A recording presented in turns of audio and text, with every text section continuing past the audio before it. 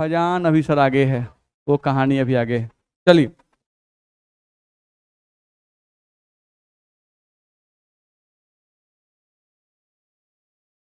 देखा जाए, हम लोग यहाँ समझने की कोशिश करें।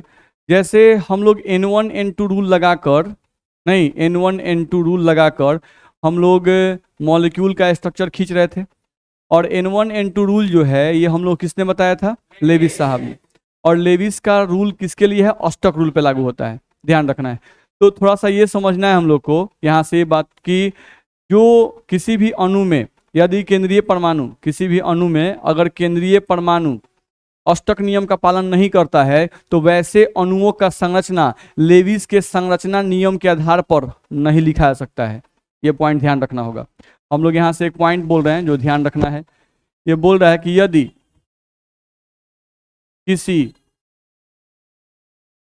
किसी अणु में उपस्थित केंद्रीय परमाणु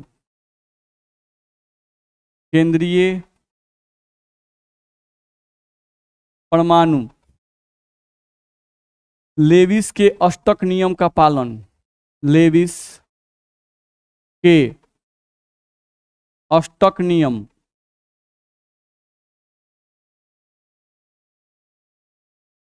अष्टक नियम का पालन नहीं करता है, ध्यान रखना है। यदि किसी अणु में उपस्थित केंद्रीय परमाणु लेविस के अष्टक नियम का पालन नहीं करता है तो वैसे अणु का संरचना, वैसे अणु का संरचना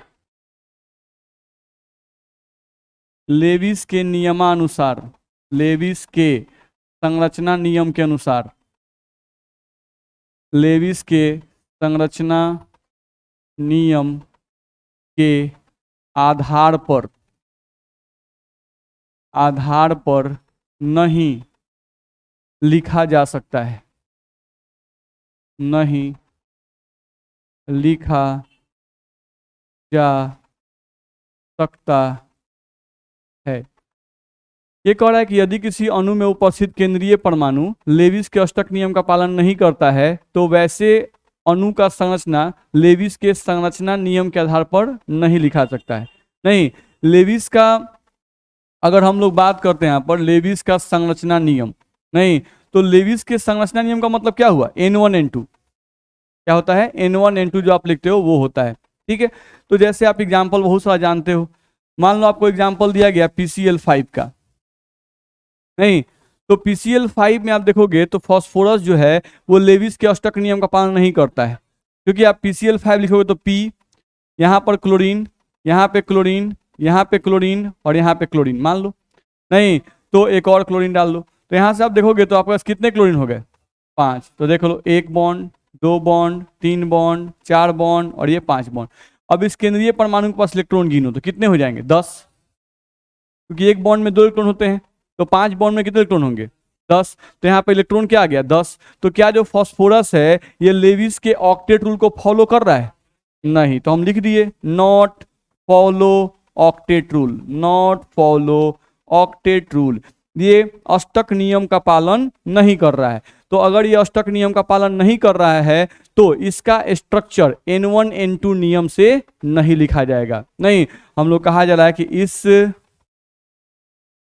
अणु की संरचना लेविस नियम के आधार पर नहीं लिखा सकता है, लेविस नियम के आधार पर नहीं लिखा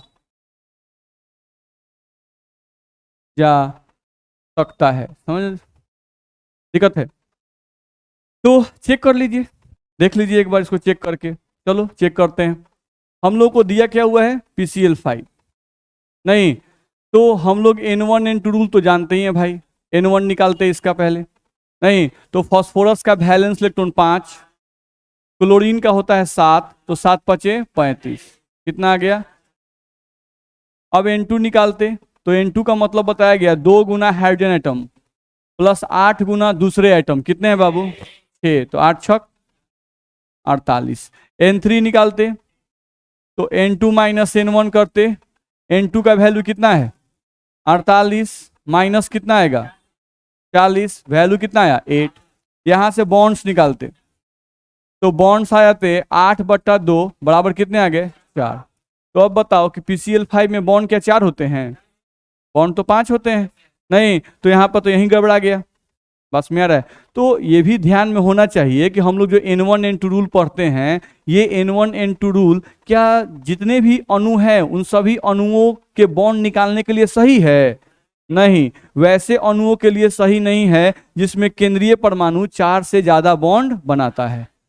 मेरी बात समझ में आ रहा है, नहीं तो PCl5 का आप देख रहे हो नहीं लिख पा रहे हैं, नहीं सेम एज आप अगर SF6 का चेक करोगे, SF6 तो यहां पर भी सल्फर देख रहे हो कितना बॉन्ड बनाएगा 6 बॉन्ड, तो यानी कितने इलेक्ट्रॉन 12। तो क्या यहाँ पे सल्फर जो है लेविस के अष्टक नियम का पालन कर रहा है, नहीं कर रहा है। तो क्या यहाँ पर N1 N2 के आधार पर आप यहाँ पर SF6 के बॉन्ड की संख्या निकाल सकते हो, नहीं, आप यहाँ पे जैसे ही निकालोगे फिर बॉन्ड की संख्या 4 आ जाएगी, नहीं निकाल के चेक कर लो। जैसे N1 निकालते तो N1 सल्फर कितना 6, इसका 7, तो 7 छक 42, 42 6 48। N2 निकालो, N2 का मतलब 6 और 1 7, तो सीधे लिखे 8 गुना 7 8 सते 56। चलो इसके बाद N3 निकालते तो N3 का मतलब N2 माइनस N1, तो 56 माइनस 48 कितना आएगा 8। बॉन्ड्स निकालो तो बॉन्ड्स यहाँ पर 8/2 करोगे तो कितना आएगा 4, जबकि यहाँ पर बॉन्ड कितना होगा 6, नहीं यहाँ पर हम लोग को बॉन्ड आना कितना चाहिए था 6, तो बॉन्ड्स हम लोग को 6 आना चाहिए, लेकिन बॉन्ड आया कितना 4। तो क्या N1 N2 रूल के आधार पर आप SF6 का स्ट्रक्चर लिख सकते हो, नहीं। तो ये बात दिमाग में होनी चाहिए कि कोई भी पूछ दिया बाई चांस आपसे कि लेविस ने जो संरचना लिखने का नियम हमें बताया था, क्या यह नियम सभी अणुओं पर लागू होता है, तो नहीं। तो कोई पूछता है किस पर नहीं लागू होता है, तो वैसे अणुओं पर लागू नहीं होता है जिसमें केंद्रीय परमाणु 4 से ज्यादा बॉन्ड बनाते हैं। बोलो दिक्कत है इसमें, आगे बढ़ सकते हैं। चलो अब इसी में एक पॉइंट और समझ लो, यहां पर ध्यान रखना है कि हम लोगों को अगर किसी अणु में केंद्रीय परमाणु कोऑर्डिनेट बॉन्ड बनाता है, नहीं तो वैसे अणु का संरचना लेविस नियम के अनुसार लिखा जा सकता है, नहीं ठीक है। जैसे एग्जांपल हम यहाँ पर लिख देते हैं, अगर किसी अणु में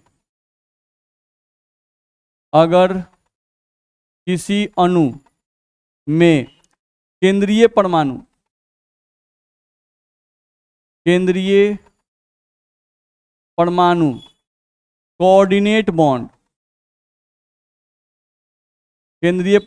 कोऑर्डिनेट बॉन्ड बनाता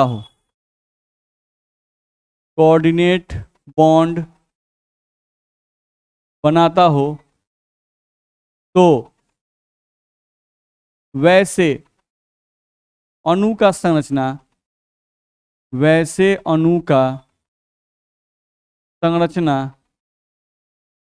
लेविस नियम के अनुसार लिखा जा सकता है, लेविस नियम के अनुसार लिखा जा सकता है। बोलो दिक्कत है, ठीक है। एग्जाम्पल लेते हैं, देखो तो जैसे तुम SO2 लिखते हो, ठीक है। चलो तो SO2 को देखा जाए तो अगर सबसे लेटेस्ट देखें तो लेटेस्ट कौन साहब है, सिडविक साहब। अकॉर्डिंग टू सिडविक अगर SO2 का तुम संरचना लिखते हो तो SO नहीं की देते हैं ऐसे, डबल बॉन्ड और डबल बॉन्ड। सल्फर की वैलेंसी होती है भाई 2 4 6, तो सल्फर 4 बना सकता है, नहीं बना सकता है, तो बिल्कुल यहाँ पर एक लोन पेयर लिख दिए। SO2 का ये स्ट्रक्चर सिडविक के अनुसार बिल्कुल सही है, ध्यान रखना है, नहीं। अच्छा इसी का स्ट्रक्चर हम लोग चाहें तो अकॉर्डिंग टू लेविस भी बना लेते हैं, ध्यान रखना है कैसे। तो सल्फर इधर एक साइड डबल बॉन्ड, इधर एक साइड सिंगल बॉन्ड, और इस पर डाल देते हैं एक प्लस और इस पर डालते हैं एक माइनस। दिक्कत है क्या, नहीं, तो ये स्ट्रक्चर गलत थोड़ी ना है, ये भी सही है, ध्यान रखना है। तो लेविस के अनुसार इसका स्ट्रक्चर हम लिख सकते हैं, जबकि यहाँ पर अगर देखा जाए तो ये अष्टक का पालन नहीं कर रहा है। अब गिन के देख लो, बॉन्ड 2, 2 4, 2 6, 2 8 और 2 बचा हुआ है 10। इसका इलेक्ट्रॉन का है 10 को। लेकिन क्या इस स्ट्रक्चर को लेविस के रूप में लिख सकते हैं? तो लिख सकते हैं। नहीं लिखा गया क्या? यहाँ पर अब अष्टक नियम पालन हो रहा है, यहाँ पे अष्टक नियम वायलेट नहीं कर रहा है, नहीं, क्योंकि इसके पास एक लोन पेयर है। आप चेक कर लो। चलो, सल्फर जब न्यूट्रल रहता है, सल्फर जब उदासीन रहता है, तो उसके बाहरी कक्ष में 6 इलेक्ट्रॉन, ठीक है। सल्फर पर एगो प्लस दिख रहा है, नहीं तो 6 था, एगो गायब, 5 गो। 5 गो में से यूज करो किया है, 3 गो बॉन्ड मैंने यूज किया है ना, 3 गो बॉन्ड बना गया, और 2 गो बचा है कि नहीं बचा है? बचा हुआ है। अब इसका 8 गिनिए कि इसका 8 पूरा हुआ कि नहीं। एक बॉन्ड का मतलब 2 इलेक्ट्रॉन, गिनिए, 2, 2 4, 2 6 और 2 8, पूरा है? नहीं, बात समझ में आ रहा है? तो क्या SO2 जो था, आपको याद आ रहा है, SO2 को हम लोग कोऑर्डिनेट बॉन्ड बनाते थे कि नहीं बनाते थे? याद है? नहीं, तो अगर किसी स्ट्रक्चर में कोऑर्डिनेट बॉन्ड आता है तो उस स्ट्रक्चर को आप सिडविक के अनुसार भी लिख सकते हो और लेविस के अनुसार भी लिख सकते हो। लेकिन क्या जो PCl5 था उसमें कोई कोऑर्डिनेट बॉन्ड बन रहा था क्या? नहीं, सबको वैलेंट बॉन्ड। ध्यान रखना है, तो कॉन्सेप्ट पे ध्यान रखना है। क्या ध्यान रखना है कि कोई पूछता है कि लेविस के नियम के अनुसार क्या आप सभी मॉलिक्यूल का स्ट्रक्चर खींच सकते हो? नहीं खींच सकते हैं। किनका नहीं खींच सकते हैं? तो वैसे अणु का जो हम लोग का 4 से ज्यादा कोवैलेंट बॉन्ड बनाते हैं। नहीं, 4 से ज्यादा कोवैलेंट बॉन्ड बनाते हैं, यानी जो लेविस के अष्टक नियम का पालन नहीं करते हैं, ठीक है। जो 4 से ज्यादा कोवैलेंट बॉन्ड बनाते हैं उन पर उनका नियम लागू नहीं होता है।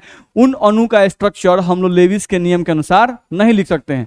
लेकिन अगर कोई अणु है और उस अणु में केंद्रीय परमाणु अष्टक नियम का पालन नहीं कर रहा है, लेकिन अगर उस अणु में, मेरा बात ध्यान सुनिएगा, हम क्या बोल रहे हैं, अगर कोई अणु दिया हुआ है और उस अणु में जो केंद्रीय परमाणु है वो अष्टक नियम का पालन नहीं कर रहा है, जो कि यहाँ पे नहीं कर रहा था, नहीं कर रहा है, इसके पास कितने इलेक्ट्रॉन है? 10।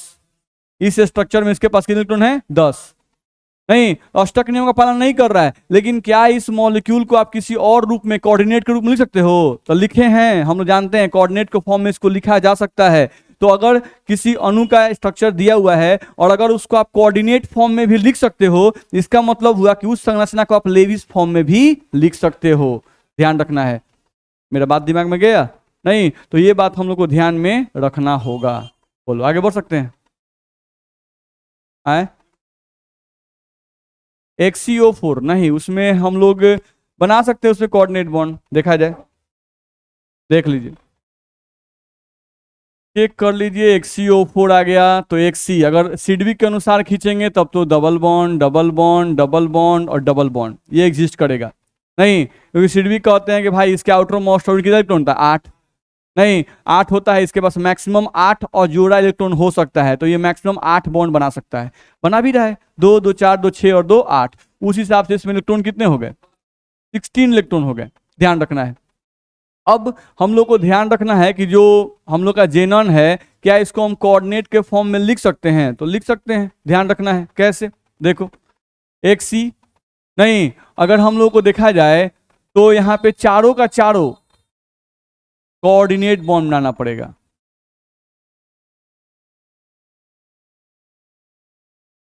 चारों का चारों क्या बनाना पड़ेगा? बोलो क्यों? क्योंकि हम लोग को बताया गया है कि कोऑर्डिनेट बॉन्ड को डबल बॉन्ड लिख सकते हैं अगर सेंट्रल एटम या डोनर एटम जो होता है वो थर्ड पीरियड या थर्ड पीरियड से ज्यादा का हो। तो यहाँ जेनन जो है वो किस पीरियड का है? थर्ड। हम लोग का नियन है सेकेंड, नहीं, क्रिप्टन है फोर्थ और जेनन है फिफ्थ, तो ये फिफ्थ पीरियड का। देखिए उसको 8 बोल रहे हैं, अरे ग्रुप नंबर पूछ रहे हैं, पीरियड नंबर पूछ रहे हैं। ये किस पीरियड का है? Period number 5। नहीं, ग्रुप नंबर 8वां है। बस में आ रहा है? नहीं होता, helium first period, neon second period, argon third period, krypton fourth period, xenon fifth period. तो वही तो फिफ्थ पीरियड हम लिख रहे हैं कि ये 5वां पीरियड का है, तो ये थर्ड पीरियड ज्यादा का है, तो इस कोऑर्डिनेट बॉन्ड को डबल बॉन्ड लिख सकते हैं ना? नहीं, तो ये भी संरचना ठीक है, ये भी संरचना ठीक है, और इसी का संरचना ये भी ठीक है। XCO O O और O, देख लो इस पर क्या दें? माइनस माइनस माइनस माइनस, कय को प्लस? बोलो, दिक्कत है? नहीं, तो इसको इस फॉर्म में भी, इस फॉर्म में भी और इस फॉर्म में भी आप लिख सकते हैं। दिक्कत है? तो ये हम लोग को ध्यान रखना होगा। देख लीजिए, कोई दिक्कत है? आगे बढ़ सकते हैं? तो ये थोड़ा सा ध्यान रखिएगा। मान लीजिए कि ध्यान में नहीं रहे तो वो कोनो बात नहीं है। नहीं, खाली ये ध्यान रखिएगा कि जिनके स्ट्रक्चर में कोऑर्डिनेट बॉन्ड एग्जिस्ट करता है, नहीं, उनके केस में लेविस भी सही है, सिडविक भी सही है, दोनों लिखा जा सकता है। और जिनके केस में जो PCl5 है, SF6 है, इसमें कोई कोऑर्डिनेट बॉन्ड नहीं एग्जिस्ट करता है, नहीं, तो उस केस में उसका स्ट्रक्चर आप लेविस नियम के अनुसार नहीं लिख सकते हैं। बस इतना ध्यान रखना है। चलो, अब ये ध्यान रहेगा कब? जब इसको फिर से जाके दोबारा घर पर लिखेंगे तब। नहीं, अगर नहीं लिखेंगे तो क्लास की बात क्लास में ही रह जाती है, वो घर तक नहीं जा पाएगी। घर तक जाती है, टूटते गिरते फिरते नहीं होता है, कुछ गिर जाता है कॉन्सेप्ट रास्ता में।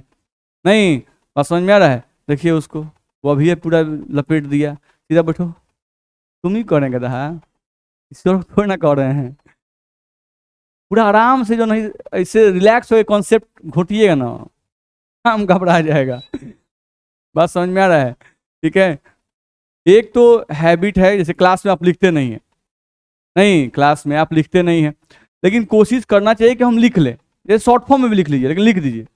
नहीं तो उससे फायदा होता है। अगर बाई चांस क्लास में नहीं लिखते हैं तो भाई कॉन्शसली घर पे जाके लिखिए, कॉन्शसली घर पे लिखिए।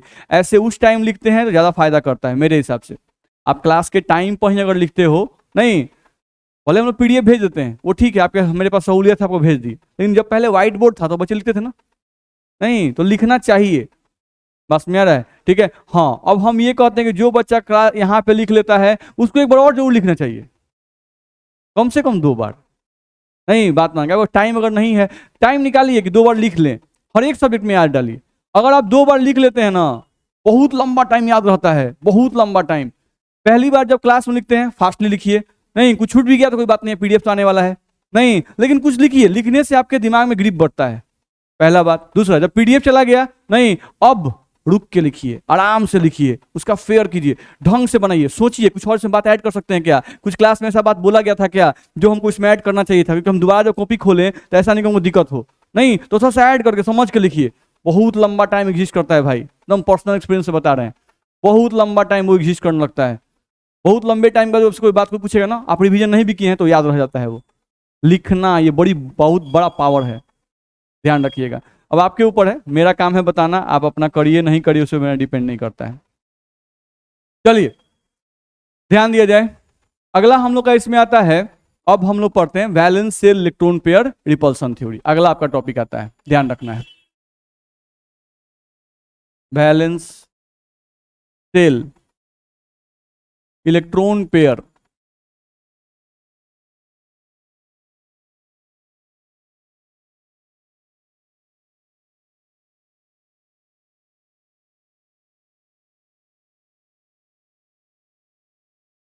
Valence shell electron pair repulsion theory, ये हम लोग का थ्योरी है, जिसको हम लोग कह रहे थे कि ये बहुत ही ज्यादा इंपॉर्टेंट थ्योरी है। इसी को शॉर्ट फॉर्म में हम लोग कह रहे थे VSEPR थ्योरी।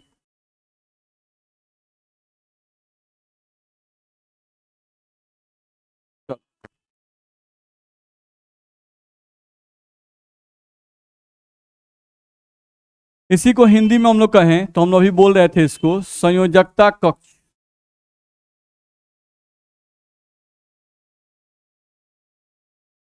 संयोजकता कक्ष, इलेक्ट्रॉन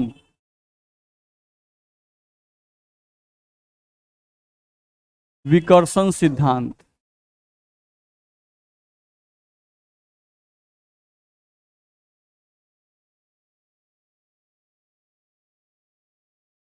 हाँ, युग्म छूट गया है। संयोजकता कक्ष इलेक्ट्रॉन युग्म विकर्षण सिद्धांत।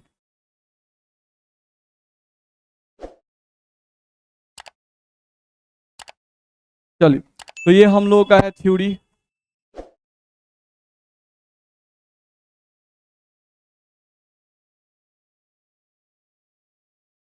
समझा जाए? हम लोग बता रहे थे कि यह सिद्धांत हमें क्या बताता है। सबसे फर्स्ट पॉइंट, तो यह सिद्धांत हमें किसी भी अणु के या किसी भी आयन के सही संरचना और आकृति की जानकारी देता है, ध्यान रखना है। यह सिद्धांत हमें किसी भी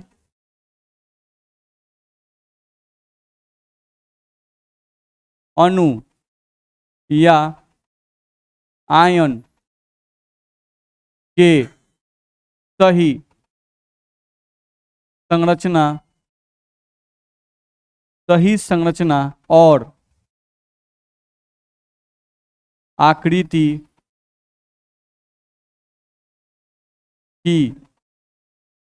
की जानकारी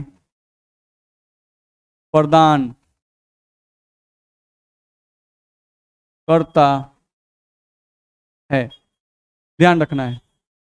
तो यहां से हम लोग को बताया गया कि संयोजकता कक्ष इलेक्ट्रॉन युग्म विकर्षण सिद्धांत जो है ये हमें क्या बताता है बाबू? तो यह हमें बताता है, यह सिद्धांत हमें किसी भी अणु या आयन के सही संरचना और आकृति की जानकारी प्रदान करता है, ये पॉइंट कहा गया। अब यहां से दूसरे पॉइंट पर हम लोग ध्यान दें तो ये सिद्धांत क्या कहता है? नहीं, तो ये सिद्धांत कहता है कि किसी भी अणु में जो केंद्रीय परमाणु होता है, किसी भी अणु में जो केंद्रीय परमाणु होता है, उस केंद्रीय परमाणु के बाहरी कक्ष में जो उपस्थित इलेक्ट्रॉन होते हैं, नहीं, उन्हीं के सजावट पर किसी भी अणु का संरचना निर्भर करता है, ध्यान रखना। ये क्या कह रहा है हम लोग को? अगले पॉइंट को हम थोड़ा लिखते हैं, इसी का सेकंड पॉइंट पे हम आते हैं। ये बोल रहा है कि किसी भी अणु के केंद्रीय परमाणु, किसी भी अणु के केंद्रीय परमाणु के बाहरी कक्ष में उपस्थित इलेक्ट्रॉन्स के त्रिविम में सजावट पर ही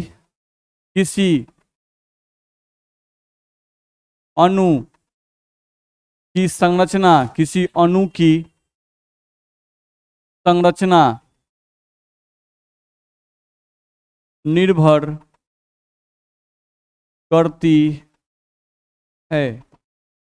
क्या बोल रहा है? ये सिंपल सी बात बोल रहा है, ध्यान से देखें अगर, तो ये बोल रहा है कि किसी भी अणु के केंद्रीय परमाणु के बाहरी कक्ष में उपस्थित इलेक्ट्रॉन्स के त्रिविम में सजावट पर ही किसी अणु की संरचना निर्भर करती है। नहीं, त्रिविम का मतलब स्पेस, ध्यान रखना है कि कोई भी स्ट्रक्चर जो होता है वो कैसे अरेंज रहता है? स्पेस में अरेंज रहता है। नहीं, तो वही हम लोग को ध्यान रखना है, त्रिविम का मतलब स्पेस होता है।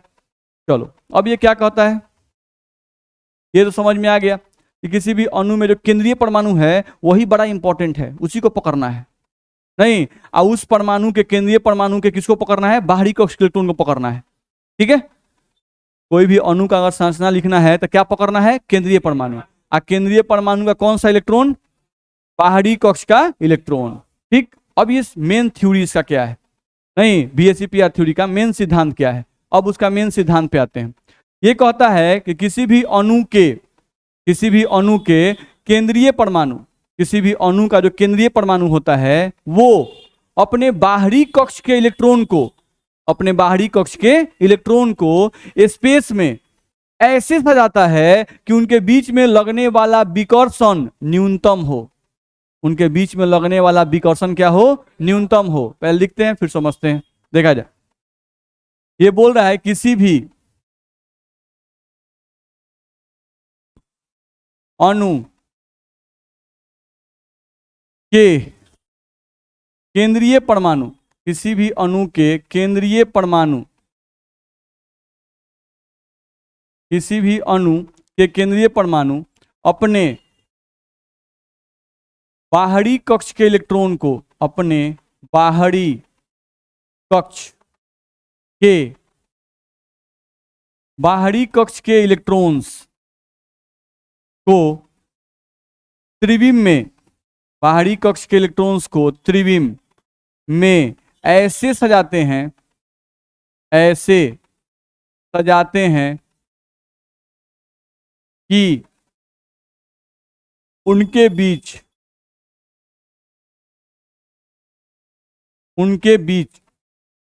लगने वाला, उनके बीच लगने वाला विकर्षण, उनके बीच लगने वाला विकर्षण न्यूनतम हो। ध्यान रखना है, उनके बीच लगने वाला विकर्षण क्या हो, न्यूनतम हो। सोचो, बाहरी कक्ष में क्या है, इलेक्ट्रॉन है। इलेक्ट्रॉन पर कौन सा चार्ज होता है, माइनस चार्ज होता है। समान आवेश एक दूसरे को आकर्षित करते हैं कि विकर्षित करते हैं, विकर्षित करते हैं। अब समान आवेश वाले, यानी एक परमाणु है, केंद्रीय परमाणु, उसके बाहरी कक्ष में इलेक्ट्रॉन्स हैं, उन इलेक्ट्रॉन्स पर नेगेटिव चार्ज है। अब समान आवेश एक दूसरे को विकर्षित करते हैं। अब हम चाहते हैं कि उन इलेक्ट्रॉन्स के बीच में विकर्षण कम से कम लगे, नहीं तो उन इलेक्ट्रॉन्स के बीच में अगर विकर्षण आप चाहते हैं कि कम से कम लगे, तो उन इलेक्ट्रॉन को और नजदीक अगर कर देंगे तो उनके बीच का विकर्षण कम हो जाएगा कि नहीं हो जाएगा, बढ़ जाएगा। नहीं, क्योंकि समान आवेश है भाई। नहीं, अगर नजदीक कर देंगे तो उनके बीच में तो विकर्षण और बढ़ जाएगा। नहीं, तो अगर उनके बीच का विकर्षण कम करना है तो उनको एक दूसरे से ऐसे सजाएं कि उनके बीच का दूरी अधिकतम हो। नहीं, यानी अगला पॉइंट आता है कि अच्छा, इलेक्ट्रॉन के बीच के विकर्षण को कम करने के लिए इलेक्ट्रॉन को ऐसे सजाना पड़ेगा कि उनके बीच की जो दूरी हो वो क्या हो, अधिकतम हो। नहीं, ध्यान रखना है। चलो, तो अगला पॉइंट ये बोल रहा है कि इलेक्ट्रॉन्स के बीच के विकर्षण को कम करने के लिए, इलेक्ट्रॉन्स के बीच के विकर्षण, इलेक्ट्रॉन्स के बीच के विकर्षण को कम करने के लिए, इलेक्ट्रॉन्स के बीच के विकर्षण को कम करने के लिए इलेक्ट्रॉन्स को ऐसे सजाना होगा, इलेक्ट्रॉन्स को ऐसे सजाना होगा कि उनके बीच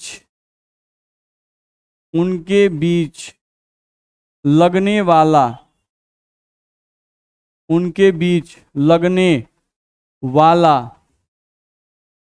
विकर्षण बल, उनके बीच लगने वाला विकर्षण बल, उनके बीच की दूरी, ऐसा लिखें, विकर्षण बल तो हम लिख ही चुके हैं। नहीं, इलेक्ट्रॉन कैसे जाना कि उनके बीच की दूरी, उनके बीच की दूरी क्या हो, अधिकतम हो। उनके बीच की दूरी अधिकतम हो, ऐसे सजाना होगा कि उनके बीच की दूरी क्या हो, अधिकतम हो। नहीं, जैसे मान लो कि हम ए लेते हैं, नहीं, और AB2, मान लो ऐसे ही एक नॉर्मल सा एग्जांपल लेते हैं। AB2 कोई मॉलिक्यूल है, ठीक है। अब AB2 कोई मॉलिक्यूल है तो A है, B है, ऐसे लिख सकते हैं। नहीं, A है, B है, लिख सकते हैं। A है, B है और B है, ऐसे लिख सकते हैं। नहीं, अब सवाल उठता है, जो देखते हैं, ये क्या है, बॉन्ड है ना, और बॉन्ड जो होते हैं वो बनते हैं इलेक्ट्रॉन से। नहीं, अब देखो यहाँ पे इसको इलेक्ट्रॉन मानो कि ये बॉन्ड मतलब इलेक्ट्रॉन, ये भी इलेक्ट्रॉन, तो इन दोनों इलेक्ट्रॉन के बीच की दूरी 90 डिग्री, यहाँ पर इन दोनों इलेक्ट्रॉन के बीच की दूरी 120 डिग्री, और यहाँ पर इन दोनों इलेक्ट्रॉन के बीच की दूरी 180 डिग्री। तो नियमतः कौन सा सही है, 180 डिग्री। ये स्ट्रक्चर सही है और ये गलत, नहीं, क्योंकि यहाँ पर दोनों इलेक्ट्रॉन के बीच की दूरी 90 है, यहाँ पर दोनों इलेक्ट्रॉन के बीच की दूरी 120 है, और यहाँ पर दोनों इलेक्ट्रॉन के बीच की दूरी 180 है। तो यहाँ पर जो विकर्षण होगा, यानी कि जो रिपल्सन होगा, वो अधिकतम की मिनिमम, यहाँ पर रिपल्सन मिनिमम होगा। ध्यान रखना है, क्यों, क्योंकि यहाँ पर दूरी क्या है, ज्यादा है। यहाँ पर आपका दूरी जो है वो ज्यादा है, ध्यान रखना है। और यहाँ पर जो है विकर्षण यानी कि रिपल्सन क्या होगा, मैक्सिमम होगा। इन तीनों में यहाँ पर रिपल्सन जो होगा वो क्या होगा बाबू, मैक्सिमम होगा। क्यों, क्योंकि यहाँ पर दूरी क्या है, कम है। यहाँ पर दूरी जो है वो कम है, ध्यान रखना है। ठीक है, तो कभी कभी विकर्षण कम करने के लिए दूरी बढ़ाना पड़ता है, नहीं, ध्यान रखना है। ठीक है, तो यहाँ पर अगर विकर्षण कम करना है तो विकर्षण कम करने के लिए क्या करना पड़ेगा, दूरी बढ़ाना पड़ेगा। नहीं तो एक एक परिवार में दोनों भाई है, दोनों पूरा एकदम बदमाशे है, नहीं, दोनों गुस्सैले है, बस में रहे, एगो मुंह फोड़ता है तो वो कपार फोड़ देता है, बस में रहे। तो दोनों के बीच में आप चाहते हैं कि स्टेबिलिटी बना रहे, तो उन दोनों को नजदीक रखना अच्छा है कि दूर रखना अच्छा है, दूर रखना अच्छा है। बात समझ में आ रहा है ना? तो रोजे कुछ कांड होता रहेगा घर में, ध्यान रखना है, रोज कपार फूटता रहेगा, नहीं फूटता रहेगा।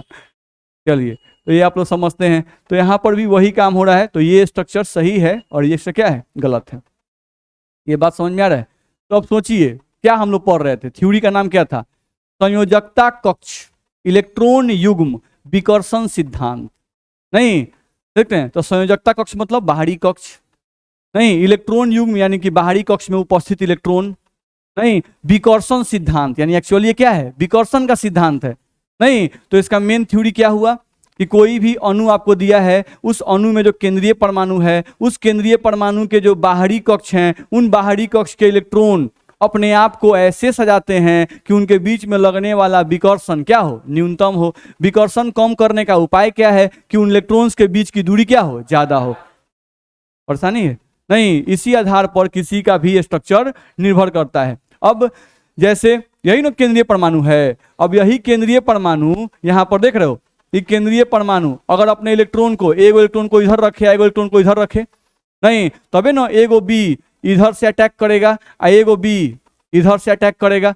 नहीं, अगर यही केंद्रीय परमाणु अपने इलेक्ट्रॉन को यहाँ रखता है, एगो यहाँ रखता, तो इलेक्ट्रॉन जो बी है वो इधर से अटैक करता, नहीं, एक बी आपका इधर से अटैक करता, नहीं, तो ये अटैक क्या है, सही है। ये जो अटैक है वो क्या है, गलत है, क्योंकि इसमें अगर इस तरह से अगर ए बॉन्ड बना लिया, नहीं, तो यहाँ पर विकर्षण क्या होगा, ज्यादा होगा, और अगर इस तरह से बॉन्ड बना लिया तो विकर्षण क्या होगा, कम होगा। मेरी बात समझ आ रही है? ठीक है, तो ये हम लोग को ध्यान में रखना होगा। अब ऐसा नहीं है कि ये जो है ऐसा बॉन्ड नहीं बना सकता है, नहीं, ऐसा नहीं है कि ये इस तरह का बॉन्ड नहीं बना सकता है, वो डिपेंड करता है परिस्थिति पर, सिचुएशन पर। बात समझ में आ रहा है? कोई भी एटम जो है अपने इलेक्ट्रॉन्स को अरेंज करता है, नहीं, बॉन्ड बनाने से पहले, तो मैक्सिमम केस में वो कोशिश करेगा कि मेरा यही बॉन्ड बने, ऐसे ही बॉन्ड बने, ताकि विकर्षण क्या हो, मिनिमम हो। नहीं, लेकिन हो सकता है कभी कभी परिस्थिति बदल जाती है, यानी टेम्परेचर प्रेशर इतना ज्यादा हो गया, नहीं, कि उसको अपने इलेक्ट्रॉन को अरेंज करने के लिए जो रिक्वायर्ड टेम्परेचर चाहिए, जो रिक्वायर्ड प्रेशर चाहिए, वो उसको नहीं मिल पा रहा है। बात समझ में आ रहा है? तो उसको जो रिक्वायर्ड टेम्परेचर, रिक्वायर्ड प्रेशर है, वो नहीं मिल पा रहा है अपने इलेक्ट्रॉन को सजाने के लिए, तो उस केस में क्या होगा, नहीं, अब जैसे होगा, जिस अवस्था में इलेक्ट्रॉन है उसी अवस्था में बॉन्ड बनाना पड़ेगा। मेरी बात समझ में आ रही है? लेकिन आपको पूरा फुल सहूलियत मिल रहा है, आपको जो टेम्परेचर चाहिए वो मिल रहा है, आपको जो प्रेशर चाहिए वो मिल रहा है, तो उस केस में जो एटम्स होते हैं, नहीं, वो अपने साथ दूसरे एटम का जो बॉन्ड बनाते हैं वो एकदम स्टेबल बॉन्ड बनाते हैं। मेरी बात समझ में आ रही है ना? नहीं, बोलिए। अनस्टेबल, बिल्कुल एकदम टूटेगा, अनस्टेबल है, अस्थाई है, वो बॉन्ड टूटेगा ही, वो एग्जिस्ट नहीं करेगा जल्दी। बस में आ रहा है? नहीं, बॉन्ड तो बन गया लेकिन वो एग्जिस्ट नहीं कर पाएगा। बस में आ रहा है? नहीं होता है कि डोनेशन दे के डॉक्टर बन गए, नहीं, आज ऑपरेशन करने का बारी आया, हाथ कांप रहा है, क्या है कि तो डोनेशन वाले हैं, नहीं, ढंग से कुछ पढ़ उड़ के गए नहीं। आप जब जाते हैं कहीं भी इंजीनियरिंग का एग्जाम देने या मेडिकल का एग्जाम देने जाते हैं, बस में आप फर्स्ट ईयर पता कीजिएगा, फर्स्ट ईयर जो पढ़ाई होती है वो टोटली 11th और 12th ही पढ़ाई होती है। बस में आ रही है? क्योंकि मेरे खुद घर में 2 डॉक्टर, एगो इंजीनियर, मेरे भ्राताश्री। बस में आ रहा है? तो आप उन लोग को जो भी 11th 12th में आप पढ़े रहते हैं ना, पहले 1 साल वही रिवीजन कराया जाता है, क्योंकि वही बेसिक है, और उसी का यूज, अब उसी का आपको हाई रूप पढ़ना पड़ता है। बस में आ रहा है? ठीक है, तो उसी का हाई रूप आपको पढ़ना होता है, तो पहले आपको 11th 12th रिवाइज करा देगा वो 1 साल में, अगला साल फिर आपको पढ़ाई शुरू कर देगा। बात समझ में आ रहा है? तो ये जरूरी है कि आपका बेसिक क्लियर रहे, बेसिक क्लियर था तो आप ज़्यादा स्ट्रांग रहिएगा। नहीं, आप डोनेशन पे चले गए, कैसे करके पैसा दे के आप अंदर घुस गए, बस में आ रहा है? आपका कुछ ठीक से ना 9th पढ़े, ना 10th पढ़े, ना 11th पढ़े, ना 12th पढ़े, कैसे करके पार कर गए। ध्यान रखना है। अब वहाँ पे जब जाइएगा, जब वो तो तेजी में खींचेगा, 11th 12th को सब खींचना है, नहीं, अभी प्रोफेसर आता है तो कुछ भी लिखवाता नहीं है, बोर्ड पर लिखता नहीं है, बस वो लेक्चर देता है, नहीं, वो बोलता जाएगा देखो बाबू आज हमको पढ़ना है कोवैलेंट बॉन्ड। कोवैलेंट बॉन्ड जो शेयरिंग से बनता है जानते हो, ऐसे होता है, ये होता है, वो होता है, कोऑर्डिनेट बॉन्ड होते हैं, वंडरवाल बॉन्ड होते हैं, मेटालिक बॉन्ड होते हैं। वो फटाफट फटाफट बोलेगा, बस में आ रहा है, वो कुछ भी रिटेन नहीं करेगा। बच्चा जो अपना तेज है, अपना जो समझ रहा है, वो खाली पॉइंट लिख रहा है। नहीं, ये कुछ एक्स्ट्रा तो नहीं बता रहे हैं जो पढ़े थे 11th-12th में। नहीं, आज जो डोनेशन से आया है वो बगल में मूंगफली खा रहा है। अरे अब 5 साल अब ऐश करेंगे, 4 साल ऐश करेंगे, बस में आ रहा है। ठीक है, तो डॉक्टर बेटर कौन बनेगा? जो स्ट्रगल होगा, जो मेहनत करेगा, वही एक्चुअली डॉक्टर बनेगा। नहीं, उसको पता है कि भाई हमको अगर चमड़ी काटना है तो चमड़ी ही काटेंगे, ये नहीं कि नौसे काट देंगे। वही ना होगा भाई, हेल्थ का बात है, बस में रहे। अब कैसे हम लोग कोई कहे, जैसे नॉर्मली अगर किसी का भी ऑपरेशन होता है, किसी लेडीज का ऑपरेशन होता है, जब बच्चा उसका होता है तो सोचो यहाँ पर पेट फाड़ के भी बच्चा निकाला जाता है। नहीं, अब आपको वो कहे कि आप पेट फाड़ के बच्चा निकालिए, नहीं, कैसे होता है? सोच रहे हो कितना वो यूनिक चीज है कि मतलब कैसे वो लोग फाड़ देते हैं, सी देते हैं, नहीं बच्चे को निकाल देते हैं, जबकि अंदर का सिस्टम कितना कॉम्प्लिकेटेड है। बस में है। तो ये कैसा पढ़ाई है कि मतलब जो नहीं, या डॉक्टरी ऐसा पढ़ाई है जिसमें आपको एक मरते हुए आदमी को भी जिंदा कर दिया जाता है। नहीं, तो ये गजब। आप नहीं बोलते कि भाई भगवान अगर दूसरा कोई है तो डॉक्टर ही है। आई कब फील होता है? जब तबीयत तनिकों से खराब हो। नहीं तो पूरा फील हुआ कि डॉक्टर साहब जो पैसा लगे ले लीजिए, नहीं लेकिन हमको ठीक कर दीजिए। बस में आ रहा है। तो ये सिचुएशन आता है। चलिए, हाँ, भी शेप का पाया जाता है। कौन? नहीं, स्टेबल होता है। अब देखिए कैसे स्टेबल होगा। ये तो अभी हम लोग स्टार्ट किए हैं। अब H2O में कहानी है कि उसके पास बॉन्ड पेयर भी है, बॉन्ड भी बनाता है, लोन पेयर भी है, तो उसको सबको अरेंज करना है ना। नहीं, जब सबको सिस्टमेटिकली अरेंज कर लेगा ना तो वो एग्जिस्ट करता है फॉर्म। ठीक है, इतना में दिक्कत है। तो पहले VSEPR थ्योरी का जो मेन कॉन्सेप्ट था वो समझ में आया? नहीं, VSEPR थ्योरी किसी भी अणु के स्ट्रक्चर के बारे में बताता है कि कोई भी अणु प्रकृति में किस रूप में पाया जाता है, उसके बारे में बताएगा। अभी उनका थ्योरी बाकी है, कैसे बताएगा वो पूरा पढ़ना है। हैं? ये हम लोग को दिए हैं गिलेस्पी साहब, आपके नोट्स में लिखा होगा, एक बार पढ़ लीजिएगा। नहीं, गिलेस्पी साहब जो हैं और एक और साइंटिस्ट, 2 साइंटिस्ट ने मिलकर इसको दिया था। नहीं, उसको आप पढ़ लीजिएगा। तो ये हम लोग को ध्यान रखना है, इतना याद रहेगा ना। चलो, आज के लिए इतना ही पढ़ते हैं, अगले क्लास में आगे बढ़ेंगे।